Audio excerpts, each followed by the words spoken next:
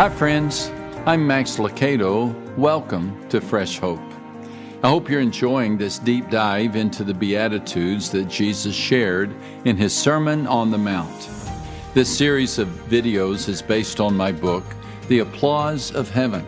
And today we're going to talk about the Beatitude that will set you free to live a life of joy.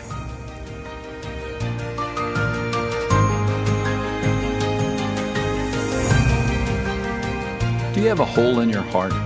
Perhaps the wound is old. A parent abused you, a teacher slighted you, a business partner bailed out, leaving you a choice of bills or bankruptcy, and you're angry.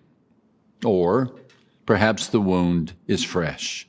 The friend who owes you money just drove by in a new car. Your circle of friends escaped on a weekend getaway, and you weren't invited. The children you raised, well, they seem to have forgotten you exist. And you're hurt.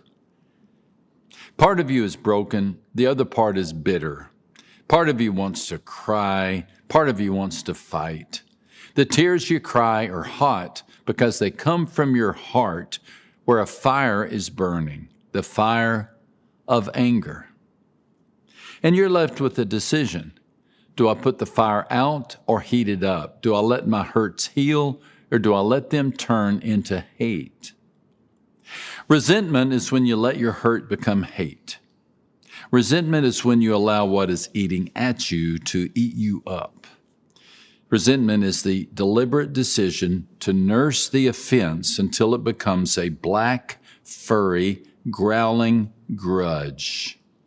Grudge is one of those words that defines itself. Its very sound betrays its meaning. Say it slowly.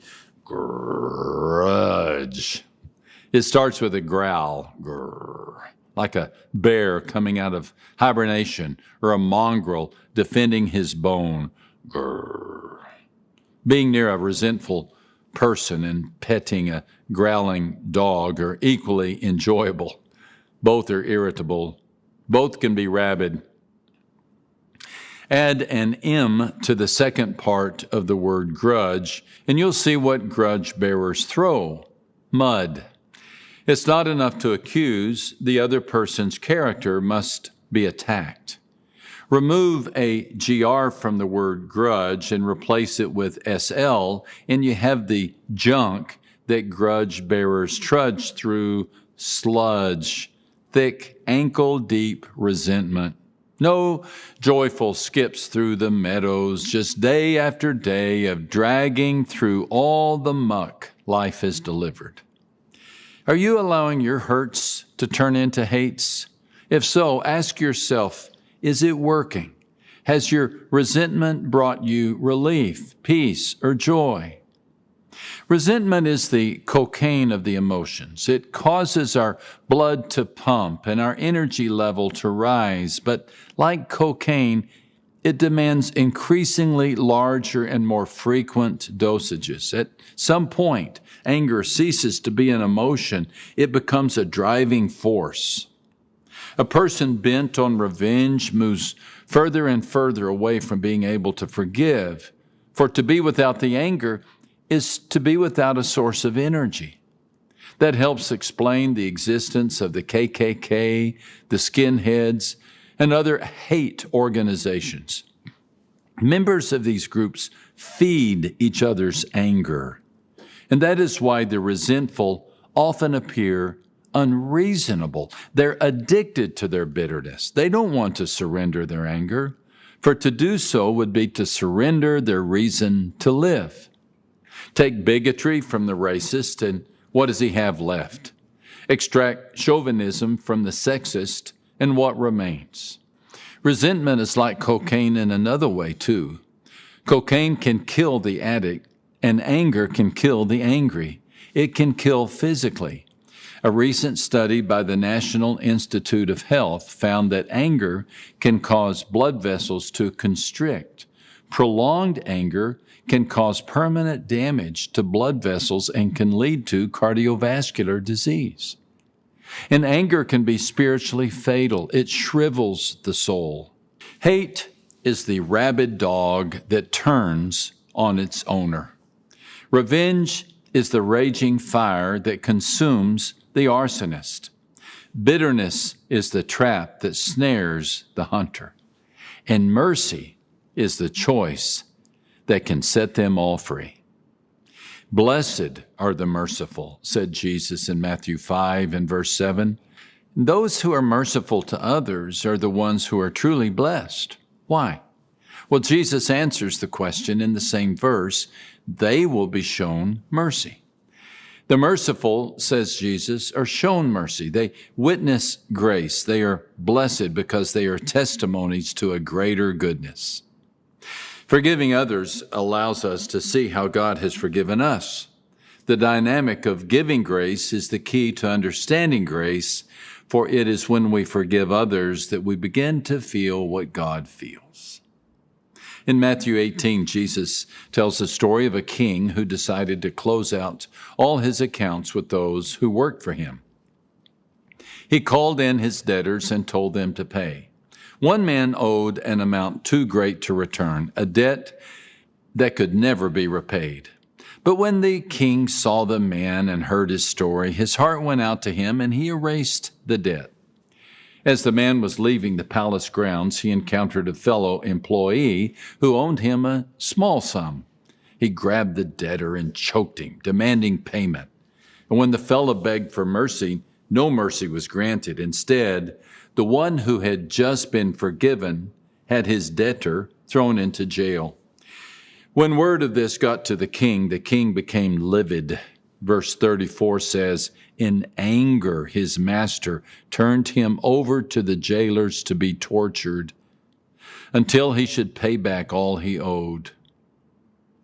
Could someone actually be forgiven a debt of millions and be unable to forgive a debt of hundreds?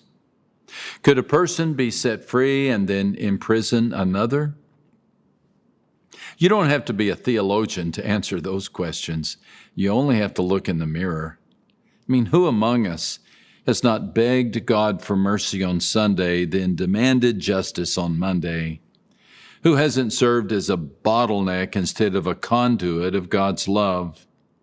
Is there anyone who doesn't, as Romans 2:4 says, show contempt for the riches of God's kindness, tolerance, and patience, not realizing that God's kindness leads you toward repentance? Notice what God does when we withhold our compassion. He turns us over to be tortured by anger, bitterness, and revenge. Such is the punishment for the one who tastes God's grace but refuses to share it. But for the one who tastes God's grace and then gives it to others, the reward is blessed liberation. The prison door is thrown open, and the prisoner set free is yourself. Early in our marriage, my wife and I lived in Brazil as missionaries. While there, I made friends with Daniel. Daniel was big. He was a weightlifter and a weightlifting coach. The only thing bigger than Daniel's biceps was his heart. Let me tell you about a time his heart became tender. Daniel was living in the southern city of Porto Alegre. He worked at a gym and dreamed of owning his own. The bank agreed to finance the purchase if he could find someone to co-sign the note. His brother agreed. They filled out the paperwork and awaited approval. Everything went smoothly, and Daniel soon received a call from the bank telling him he could come and pick up the check. As soon as he got off work, he went to the bank. When the loan officer saw Daniel, he looked surprised and asked Daniel why he had come. Well, to pick up the check, Daniel explained. Well, that's funny, responded the banker. Your brother was in here earlier. He picked up the money and used it to retire the mortgage on his house. Well, Daniel was incensed. He never dreamed his own brother would trick him like that. He stormed over to his brother's house and pounded on the door. The brother answered the door with his daughter in his arms. He knew Daniel wouldn't hit him if he was holding a child. He was right. Daniel didn't hit him, but he promised his brother that if he ever saw him again, he would break his neck. Daniel went home, his big heart bruised and ravaged.